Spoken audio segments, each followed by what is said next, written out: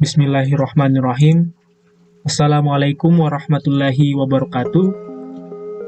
Kami dari kelompok 5 yang beranggotakan saya sendiri, Ali Sakir Amar Amri dengan NIM D121190025. Kemudian Az-Zahra Salsabila AR dengan NIM D121190029. Dan Muhammad Fadil B dengan NIM D121171523. Pada video kali ini ada 3 poin pembahasan yang akan kami bahas. Yang pertama adalah mengenai teori tentang bisection method dan false position method.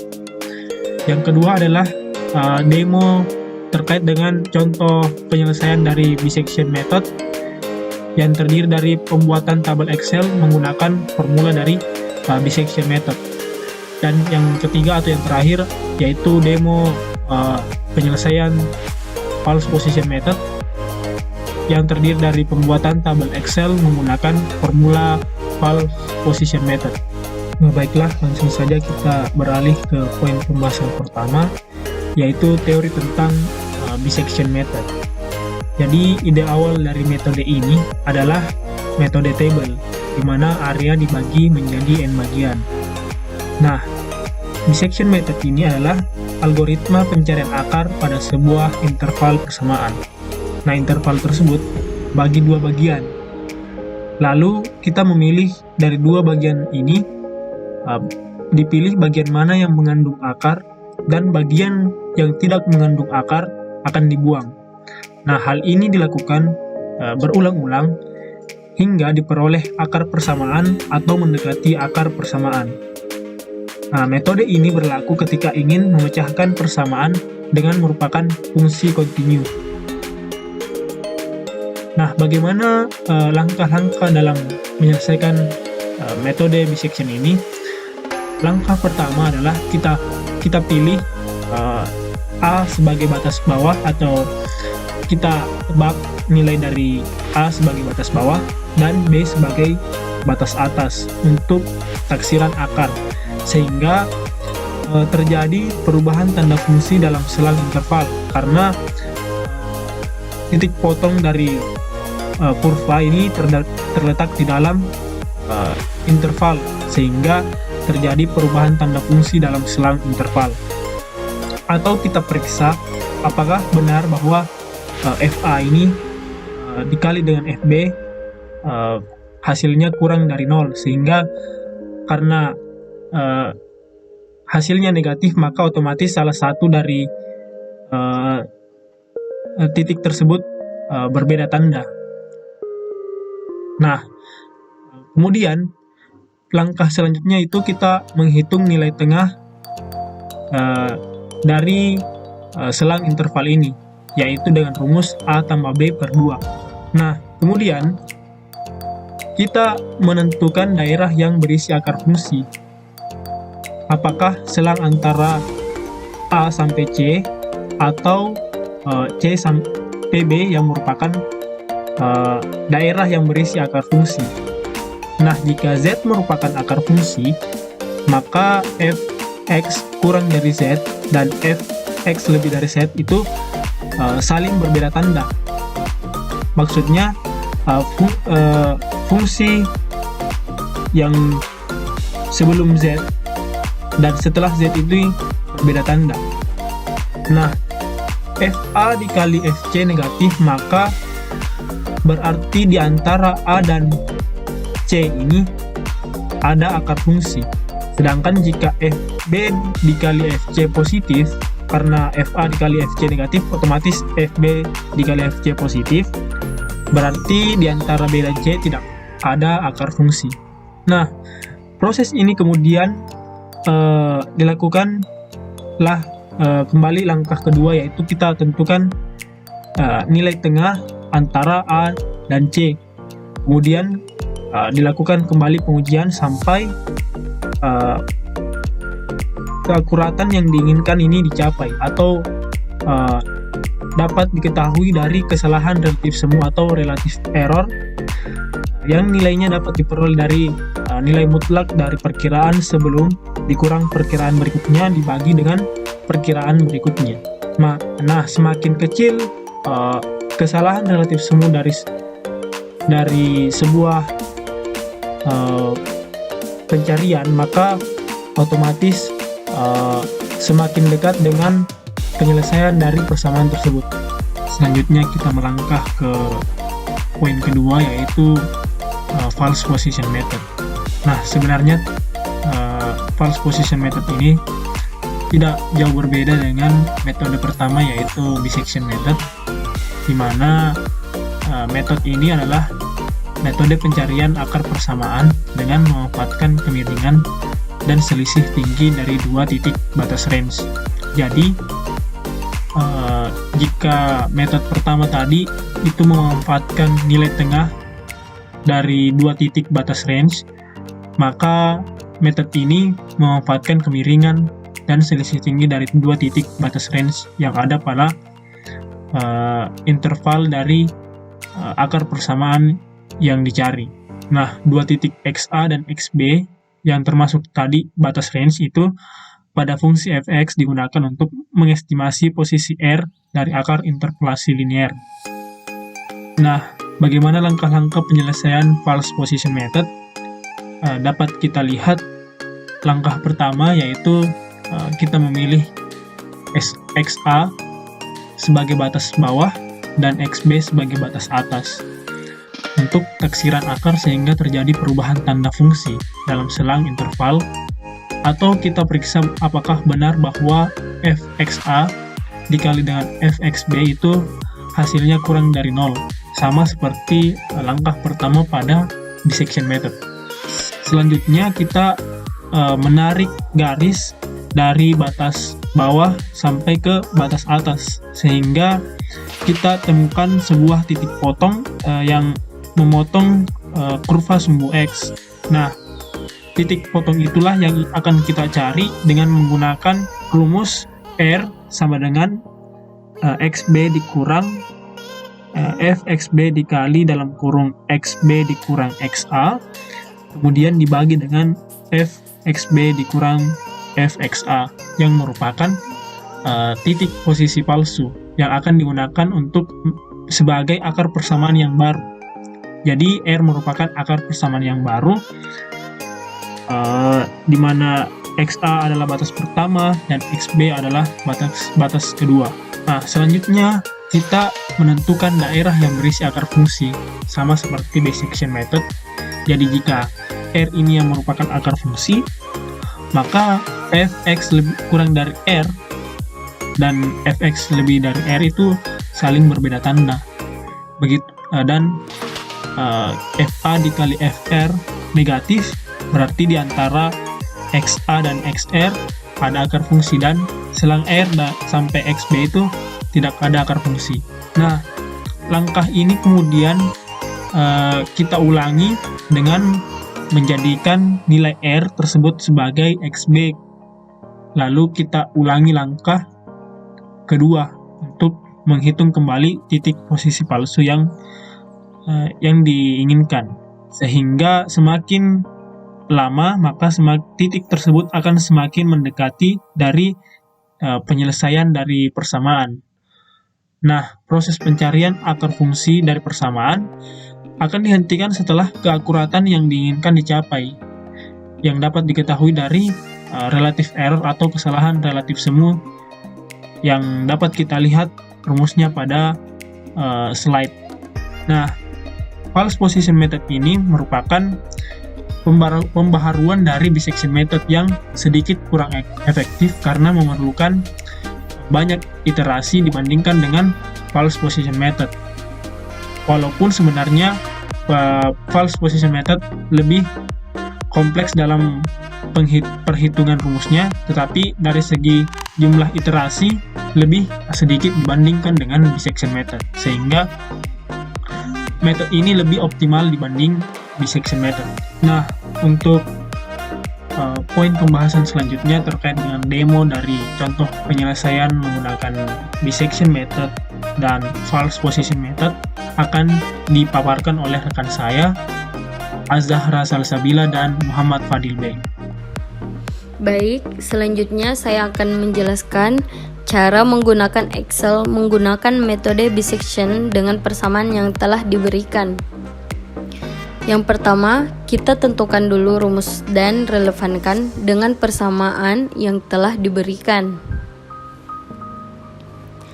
Yang kedua, langkah selanjutnya, buat tabel literasi X bawah, X mid atau tengah, S atas, FX bawah, FX mid atau tengah, dan FX atas. Selanjutnya langkah ketiga, masukkan batas atas dan batas bawah pada tabel.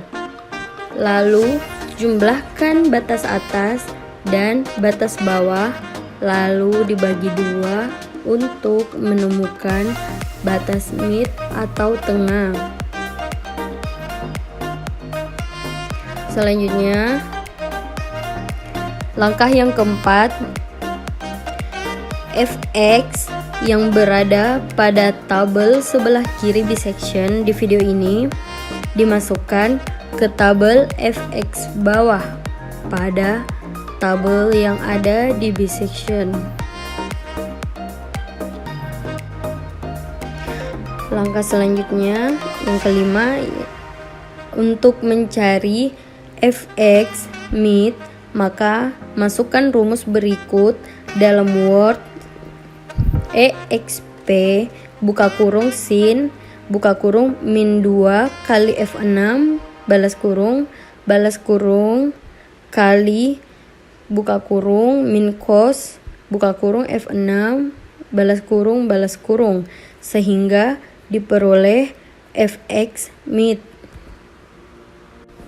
Selanjutnya, langkah yang keenam, untuk mendapatkan fx atas, maka masukkan rumus berikut pada Excel. exp buka kurung sin buka kurung min 2 kali G6 balas kurung kali buka kurung min cos buka kurung G6 balas kurung. Langkah selanjutnya, langkah ketujuh, untuk mencari X bawah pada iterasi kedua, maka masukkan rumus IF buka kurung I6 lebih besar dari 0 titik koma F6 titik koma E6 balas kurung. Langkah yang ke-8, untuk mencari X mid pada iterasi kedua, maka masukkan rumus buka kurung E7 tambah G7 per 2 atau dibagi 2. Langkah selanjutnya, untuk mencari X mid pada iterasi kedua, maka masukkan rumus buka kurung E7 tambah G7 balas kurung per 2. Langkah selanjutnya, yang ke-9, untuk mencari X atas pada iterasi kedua, maka masukkan rumus IF buka kurung I6 lebih kecil dari 0 titik koma F6 titik koma G6 balas kurung.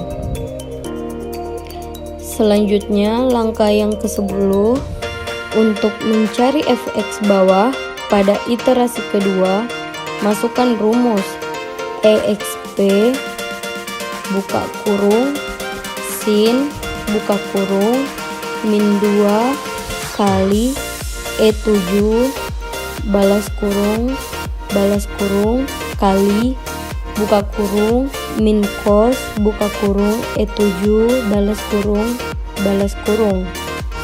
Langkah selanjutnya yang ke-11, untuk mencari fx Smith pada iterasi kedua, masukkan rumus EXP buka kurung sin buka kurung min 2 kali F7 balas kurung kali buka kurung min cos buka kurung F7 balas kurung. Langkah selanjutnya, untuk mencari fx atas pada iterasi kedua, masukkan rumus EXP buka kurung sin buka kurung min 2 kali G7 balas kurung kali buka kurung min cos buka kurung G7 balas kurung. Langkah selanjutnya, pada iterasi ketiga, semua langkah untuk mencari X bawah, X mid atau tengah, X atas, Fx bawah, Fx mid atau tengah, Fx atas sama hanya saja kolom pada tabelnya yang diubah. Seperti contohnya pada iterasi kedua, X bawah, rumusnya IF buka kurung I6 lebih besar dari 0, titik koma, F6 titik koma, E6 balas kurung, dan pada iterasi ketiga rumusnya sama dengan IF buka kurung 17 lebih besar dari 0, titik koma, F7 titik koma, E7 tutup kurung. Artinya hanya kolom pada tabelnya saja yang diganti. Begitu pula dengan langkah yang lain, baik untuk mencari X mid atau tengah, X atas, Fx bawah, Fx mid atau tengah, dan Fx atas hanya diganti kolom pada tabelnya. Dan setelah sampai ke iterasi ke-14, maka menjadi jelas bahwa ada konvergensi di sekitar X sama dengan 4,712402 dengan Fx sama dengan 0,000109. Keakuratannya baik karena sangat mendekati dengan 0. Assalamualaikum warahmatullahi wabarakatuh. Untuk selanjutnya kami menggunakan False Position Method untuk menguji nilai dari nilai yang seperti pada tampil nilainya, yaitu E pangkat sin X kali min cos X. Dan nilai ini akan diuji pada nilai dari 4 sampai 5, di mana pada bagian ini kami telah menuliskan tabel dasar untuk menguji nilai X, untuk mendapatkan nilai X pada untuk nilai X 4 sampai 5. Selanjutnya untuk false position method sendiri hampir sama dengan dissection method. Kita akan mencari beberapa nilai yang akan mendukung untuk menemukan nilai false position method paling dekat dengan relative error 0,001. Jadi pertama kita membuat tabel untuk menemukan nilai X bawah, X tengah, X atas, kemudian Fx bawah, Fx tengah, dan Fx atas. Untuk nilai X bawah sendiri sudah ditentukan sebelumnya, yaitu paling minimum yaitu 4 dan X atas paling maksimum yaitu 5. Dan untuk menemukan nilai X mid atau nilai tengah dari persamaan ini menggunakan dissection method adalah menggunakan rumus yang ini,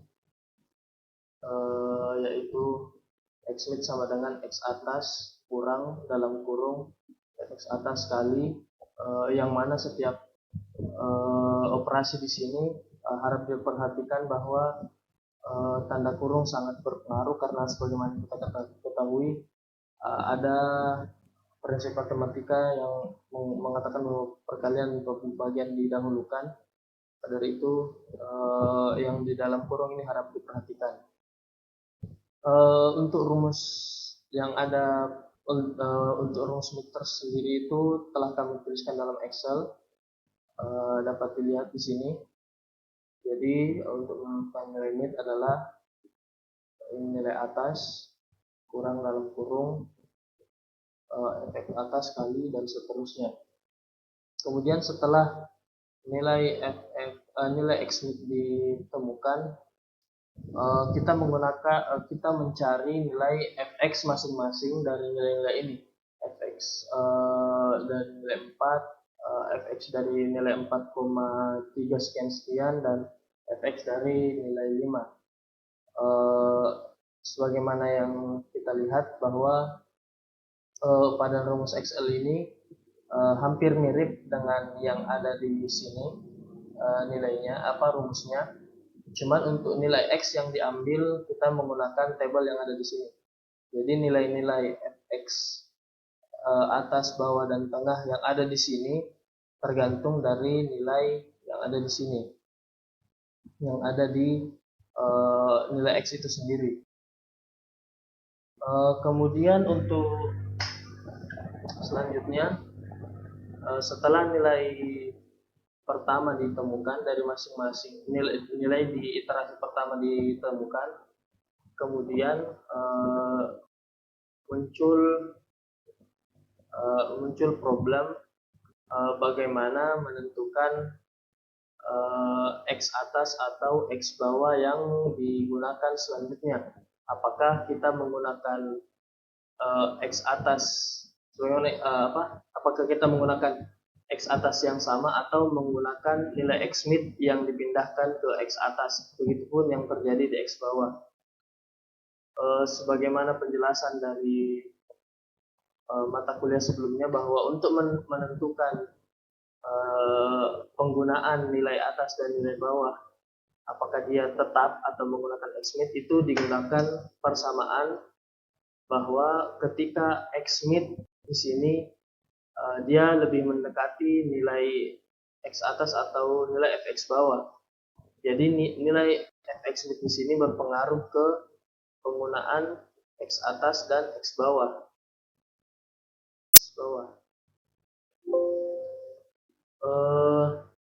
Jadi di sini saya menggunakan rumus. Jadi ketika nilai X mid itu lebih kecil dari 0, ketika nilai X atas sebelumnya itu lebih kecil dari 0, maka nilai yang diambil adalah nilai ini. Yang mana mengapa rumus ini seperti ini? Karena X atas di sini minus, jadi diasumsikan bahwa nilai X mid terdekat adalah ketika dia lebih kecil dari 0. Dan untuk menentukan iterasi selanjutnya untuk X bawah itu digunakan sebaliknya, yaitu dia harus lebih besar dari 0, karena dapat kita lihat pada tabel bahwa untuk fx atas dan fx bawah itu perbedaannya ada yang minus dan ada yang plus, dan untuk nilai terdekat untuk nilai mid kita menggunakan persamaan tersebut. Jadi setelah kami lakukan iterasi sebanyak 16 kali, jadi untuk melakukan iterasi setelah kita mendapatkan nilai pertama, nilai kedua kita menggunakan rumus-rumus yang telah saya jelaskan tadi. Di sini setelah rumus di iterasi kedua sudah ada, kita sudah bisa untuk melakukan scroll ke bawah, iterasi otomatis ke bawah dengan cara menarik. Jadi ini disorot semuanya kemudian ditarik ke bawah, seperti itu. Kemudian setelah iterasi 16 kali, saya temukan bahwa nilai yang paling mendekati relative error 0,001 itu dapat berhenti di nilai 0,0051. Mengapa begitu? Karena di nilai selanjutnya nilai fx bit-nya ini malah tambah menjauh dari relative error yaitu 0,01. Dan nilai sebelumnya itu sudah kelewatan dari nilai relative error 0,01. Jadi diasumsikan iterasinya berhenti di iterasi ke-9 dengan nilai X yaitu 4,71879. Mungkin itu untuk penjelasan mengenai false position method.